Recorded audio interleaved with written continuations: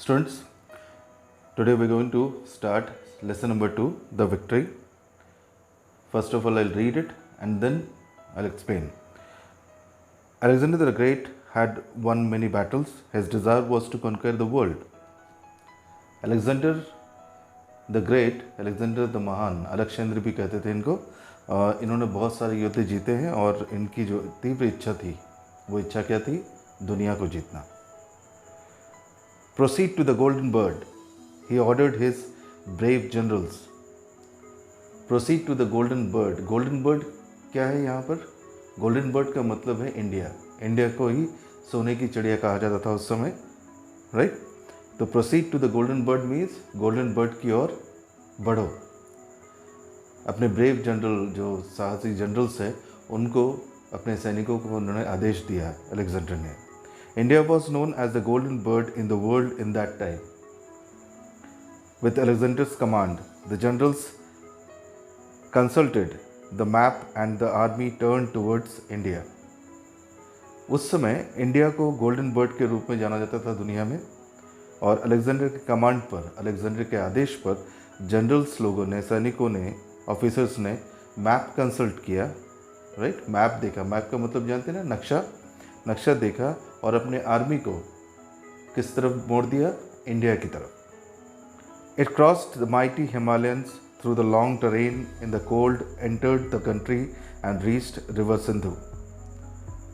उन्होंने सबसे पहले हिमालय क्रॉस किया, माइटी हिमालय मतलब हिमालय एक्चुअली वर्ल्ड का सबसे ऊंचा माउंटेन है, पीक है, राइट? और उसके बाद बहुत लंबा चौड़ा मैदान, जो कि ठंडा मैदान, कोल्ड मैदान, जहाँ पर बर्फ़ जमी होती है, उसको पार किया और फिर वो पहुँचे कहाँ पर? सिंधु नदी के तट पर. There was a battle between Alexander's army and the army of king Puru of India. और वहाँ पर जो है उनका बैटल हुआ, युद्ध हुआ. किसके साथ? पोरस के साथ. पुरु को जो है पोरस के नाम से भी जानते हैं. तो पुरु के साथ युद्ध हुआ और king Puru was defeated and was made captive with the first victory in India.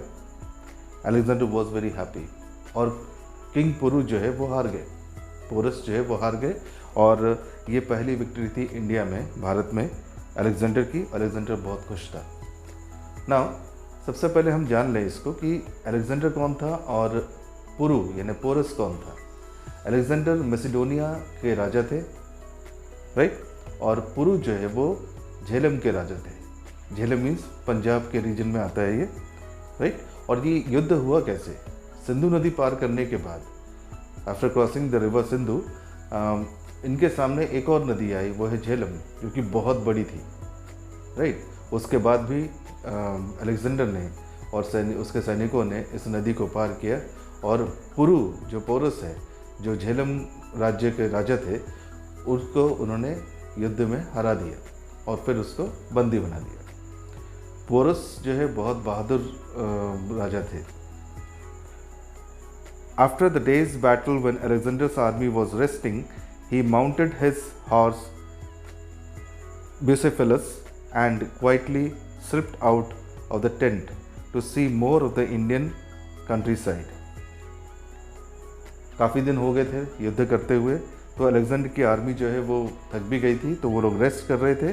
तो उसी दौरान अलेक्जेंडर अपने ब्यूसेफेलस नाम के हॉर्स, अपने घोड़े पर बैठकर वो वहाँ से इंडियन जो कंट्री साइड है, गांव, इंडिया के जो गांव हैं, उस गांव को देखने के लिए वो निकल पड़े अकेले. Alexander moved on the streets and drove his horse on and on. The houses remained dark without lights. The women were wailing. Children were crying. Alexander felt no pity. Instead, he felt proud of his own victory. Alexander अपने घोड़े पर आगे बढ़ते चले गए, right? On and on मतलब लगातार होते रहना, राइट? आगे बढ़ते चले गए और उन्होंने देखा कि पूरे घर जो है वो अंधेरों में डूबा हुआ था, कोई लाइट्स नहीं थी वहाँ पर. औरतें जो है, वुमेन जो है वो चिल्ला रही थी, चीख रही थी, रो रही थी, बच्चे रो रहे थे. अलेक्जेंडर को दया बिल्कुल नहीं आई. अलेक्जेंडर फेल्ट नो पिटी, उसको दया बिल्कुल नहीं आई. बदले में इंस्टेड, जबकि उसको अपने आप पर गर्व हो रहा था जो जिस तरह से उसने इस जीत को हासिल किया। अभी औरतें बच्चे कौन थे? ये भारतीय जो राजा थे उनके सैनिकों के बच्चे और उनकी वाइफ्स थी जो रो रही थी क्योंकि वो मारे गए थे। Soon he turned his horse on the other side towards the jungle. As he moved further, he noticed a bonfire at distance. He went closer and found some Indian saints performing the yagya, religious ritual, on the bank of Sindhu. He stood quietly behind the thick trunk of a tree. और बहुत जल्दी जो है Alexander अपने घोड़े को मोड़ देते हैं किस तरफ? जंगल की ओर। और जैसे ही वो जंगल में आगे बढ़ते हैं तो उसने देखा कि एक बॉनफायर है। बॉनफायर का मतलब क्या होता है? लकड़ियों में आग लगी हुई है, लकड़ी इकट्ठा रखते हैं और आग लगाते हैं ना, राइट। ठंड के समय में हम लोग जब ठंड लगती है तो हम लोग बीच में जो है लकड़ियाँ लगा देते हैं और आग लगा देते हैं, that is known as bonfire. उसके चारों ओर लोग बैठते हैं। तो यहाँ पर एक बॉनफायर उन्होंने देखा कुछ दूर डिस्टेंस में, कुछ दूरी पर। वो पास गए और he found some Indian saints, कुछ भारतीय साधु संत लोग वो यज्ञ कर रहे थे। यज्ञ क्या होता है? ये इंडियन रिचुअल है, ठीक है, रिलीजियस रिचुअल्स है। और बैंक ऑफ सिंधु, नदी के किनारे जो है वो यज्ञ कर रहे थे। यज्ञ में देखा होगा ना आपने, वहाँ पर लकड़ियाँ इकट्ठी करते हैं, उस पर आग लगा दी, मतलब अग्नि कुंड बनाते हैं, राइट। और उसके चारों तरफ बैठ के मंत्रोच्चारण करते हैं, वो यज्ञ होता है। और वो एक बहुत मोटे पेड़ के पीछे छुपकर ये सब देख रहा था। कौन? Alexander. It was winter time, the wind was blowing and it was extremely cold. ठंड का समय था, हवा चल रही थी और बहुत ठंडी हवा चल रही थी और एक्सट्रीमली कोल्ड, बहुत ज़्यादा कोल्ड था। The saints wore no clothing no on the upper parts of their bodies. अब भारतीय साधुओं को आपने देखा होगा, अपने upper part of the body इस जगह पे कुछ नहीं पहनते हैं, वो सिर्फ धोती पहने रहते हैं नीचे। He went closer and found some Indian saints. Alexander said to himself, "Oh, they are poor and they do not have anything to cover their bodies." Alexander ने ये जो साधु लोगों को देख के वो उसके मन में एक विचार आया कि अरे रे, ये सेंट्स, ये साधु लोग जो है इनके पास शायद कुछ नहीं है, ये नैकेड फ़कीर है, राइट। इनके बॉडी पर कोई कपड़ा नहीं है, इतने ठंड में ये कैसे रह रहे होंगे, राइट, कितने गरीब है ये।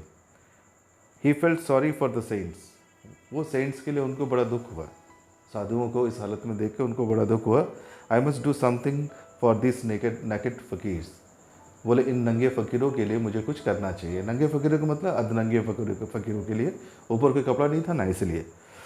It was night already, he went back to his tent, woke up his chief general and said, bring thick woollen blankets and woollen clothes immediately, I need them urgently. रात हो चुकी थी, राइट। वो वापस गए अपने टेंट पर और उन्होंने अपने चीफ जनरल को बुलाया और कहा कि जल्दी से मोटे मोटे कंबल, जो ऊनी कंबल होते हैं वो लेकर आएँ तुरंत, मुझे बहुत अर्जेंटली चाहिए। अर्जेंटली मतलब उसकी बहुत ज़्यादा आवश्यकता है मुझे अभी। Heaps of thick blankets and woollen clothes were brought. In no time they were loaded on horses and Alexander himself led them riding back to the jungle. Heaps of thick blankets, heap का मतलब क्या होता है? ढेर।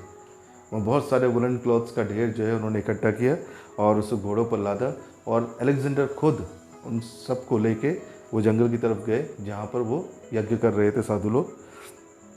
The caravan stopped where the saint were performing the यज्ञ।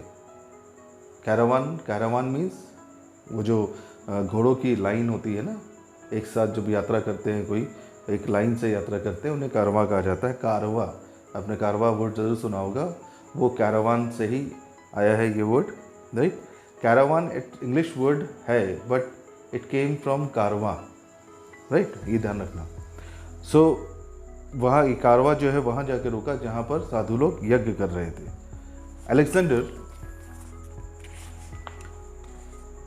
Found the saints were still busy chanting hymns.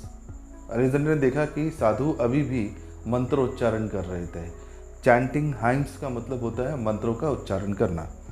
He moved his horse closer but the saints took no notice of the presence of Alexander and his caravan. Caravan means caravan, right? अपने घोड़े को Alexander ने साधुओं के पास लेके गया, मतलब साधुओं के पास तक पहुँचे, लेकिन अलेक्जेंडर और उसके जो कारवां था, यानी कि उनके जो काफिला था, उसको साधुओं ने कोई नोटिस नहीं दिया, या साधुओं ने उस पर ध्यान नहीं दिया।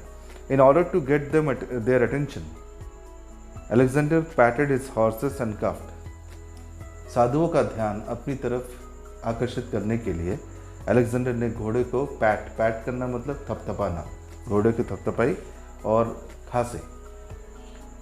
Still no one paid any attention, और अभी भी किसी ने उस पर ध्यान नहीं दिया। Alexander got irritated now. Alexander अब चिढ़ रहा था। क्यों चिढ़ रहा था? एक तो वो एक राजा है, राइट, ऊपर से ये नंगे फ़कीर है, गरीब लोग हैं, और उसके बावजूद अलेक्जेंडर के प्रेजेंस होने के बाद भी, अलेक्जेंडर के वहाँ खड़े होने के बाद भी उस पर कोई ध्यान नहीं दे रहा था। He dismounted and proceeded towards the oldest saint. वो घोड़े से उतरे। डिसमाउंट मतलब क्या होता है? घोड़े से उतरना।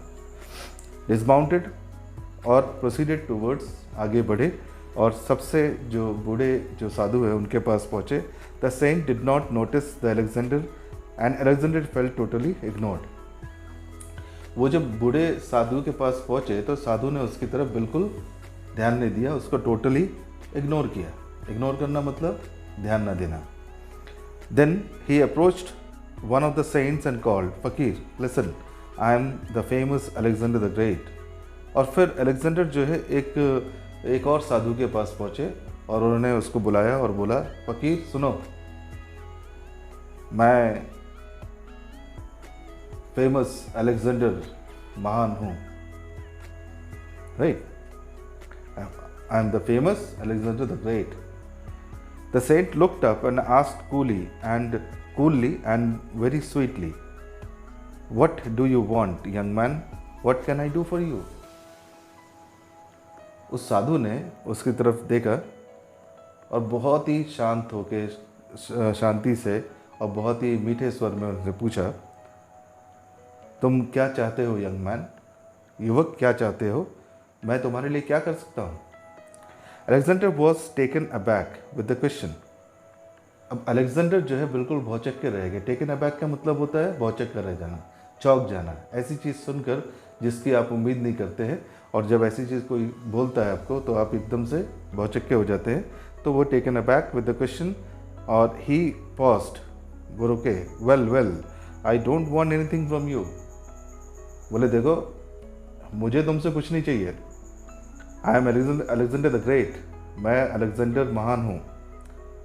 आई हैव कॉन्क्वर्ड योर हिंदुस्तान, मैंने तुम्हारे हिंदुस्तान को जीत लिया है। अलेक्जेंडर अनाउंस्ड प्राउडली, अलेक्जेंडर ने बहुत ही गर्व के साथ ये घोषणा की। ही continued, when I saw your people naked in this cold whether I brought woollen blankets and clothes for all of you. जब मैंने तुम लोगों को यहाँ पर बिना कपड़ों के इस ठंडे मौसम में, ठंडे माहौल में, ठंडे मौसम में देखा, तो मैं तुम्हारे लिए कंबल लेकर आया, वुलन क्लोथ्स लेके आया, कपड़े लेके आया, ऊनी कपड़े लेके आया हूँ। The saint threw a sharp glance at Alexander, he came closer and put his hand on Alexander's shoulder. अब सेंट जो है थोड़ा सा आंखें टेढ़ी करके उसने देखा अलेक्जेंडर को। वो अलेक्जेंडर के पास आया, उसके कंधे पर हाथ रखा और कहा, young man, so you are the famous Alexander. नवयुवक बोला, अच्छा तुम हो अलेक्जेंडर महान, who conquers the countries by robbing them, जो देश को जीतता है उनको लूट कर। The saint gave a loud laugh and asked, saint जो है ज़ोर से हंसा, साधु जो है बहुत ज़ोर से हंसा और उसने पूछा, टेल मी माई चाइल्ड, मुझे बताओ बच्चे, how can a robber be a conqueror and a giver. बोले ये बताओ मुझे कि एक डाकू कैसे विजेता बन सकता है, कैसे दानी बन सकता है। एक डाकू का मतलब क्या है? जो चोरी करता है, लूट मार करता है। अब लूट मार करने वाला इंसान दानी कैसे हो सकता है, या लूट मार करने वाला इंसान कैसे विजेता हो सकता है? And the saint looked deep into Alexander's eyes, और उस साधु ने अलेक्जेंडर की आंखों में गहराई तक देखा, मतलब बहुत ध्यान से उसकी आंखों में देखा। Alexander turn pale and not knowing what to say. Alexander एकदम पीला पड़ गया था, उसको समझ में नहीं आ रहा था वो क्या बोले। He stood still like a statue, वो बिल्कुल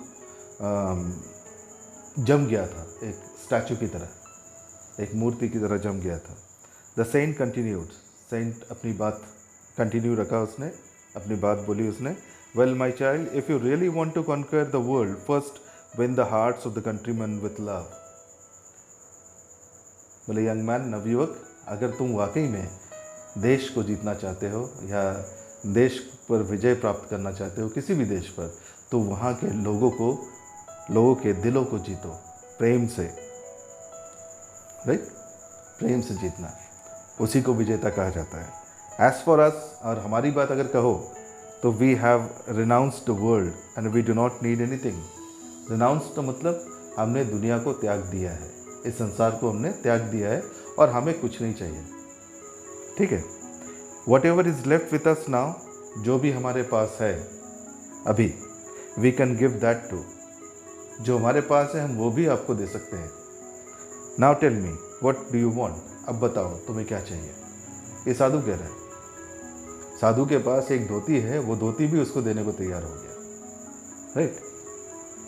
Alexander could not believe his years. Alexander ने ऐसी बातें कभी सुनी नहीं थी, उसके कानों पे भरोसा नहीं हुआ कि ऐसा भी कोई हो सकता है।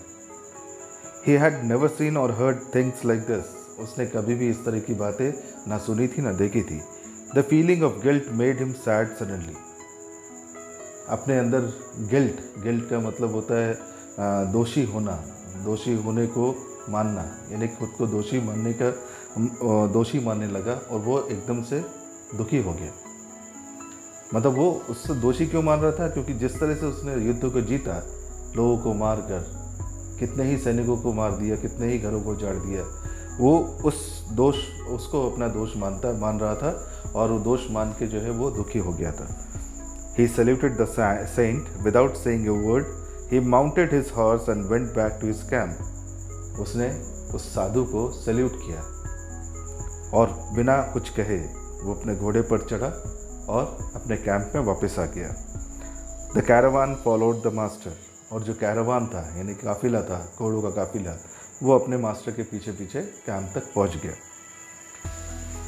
It was dawn and Alexander could hear the chattering of birds. ये सुबह का समय था। डॉन किसे कहा जाता है? जब सूर्य नहीं निकला होता है लेकिन सूर्य की रोशनी आ जाती है, उस रोशनी से दिन जैसा लगता है लेकिन सूर्य अभी निकला नहीं होता है, that is known as dawn. और could be hear the chattering of birds. Alexander जो है को चिड़ियों की आवाज़ सुनाई देने लगी थी, यानी सुबह हो गई थी। He had come to this decision and he stopped his forward march. और उसने डिसीजन ले लिया था, उसने रात भर सोचा और रात भर में उसने डिसीजन ले लिया था। उसने अपने आगे की जो यात्रा है उसको स्टॉप कर दिया था, यानी कि इंडिया को जो जीतने का एक सपना लेकर आया था वो सपने को उसने वहीं पर स्टॉप कर दिया, रोक दिया। He released King Puru and put off his future plans to conquer other parts of India. उसने राजा पुरु को भी आज़ाद किया, राइट। राजा पुरु को उन्होंने कैप्टिव बना लिया था, बंदी बना लिया था, तो उसको भी आज़ाद किया और भारत के अन्य राज्यों को, अन्य प्लेसेस को जीतने का जो एक सपना वो लेकर आया था, उस सपने को उसने वहीं पर विराम दे दिया, वहीं पर उसने रोक दिया।